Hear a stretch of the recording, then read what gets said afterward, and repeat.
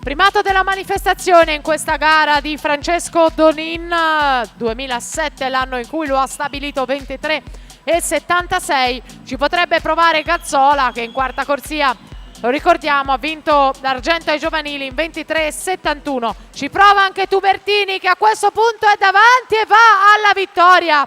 Che gara Filippo Tubertini, e prepotenza nel finale, 24,03. Gazzola 24,37, Tescari chiude terzo 24,60, rimane a Donin il primato della manifestazione.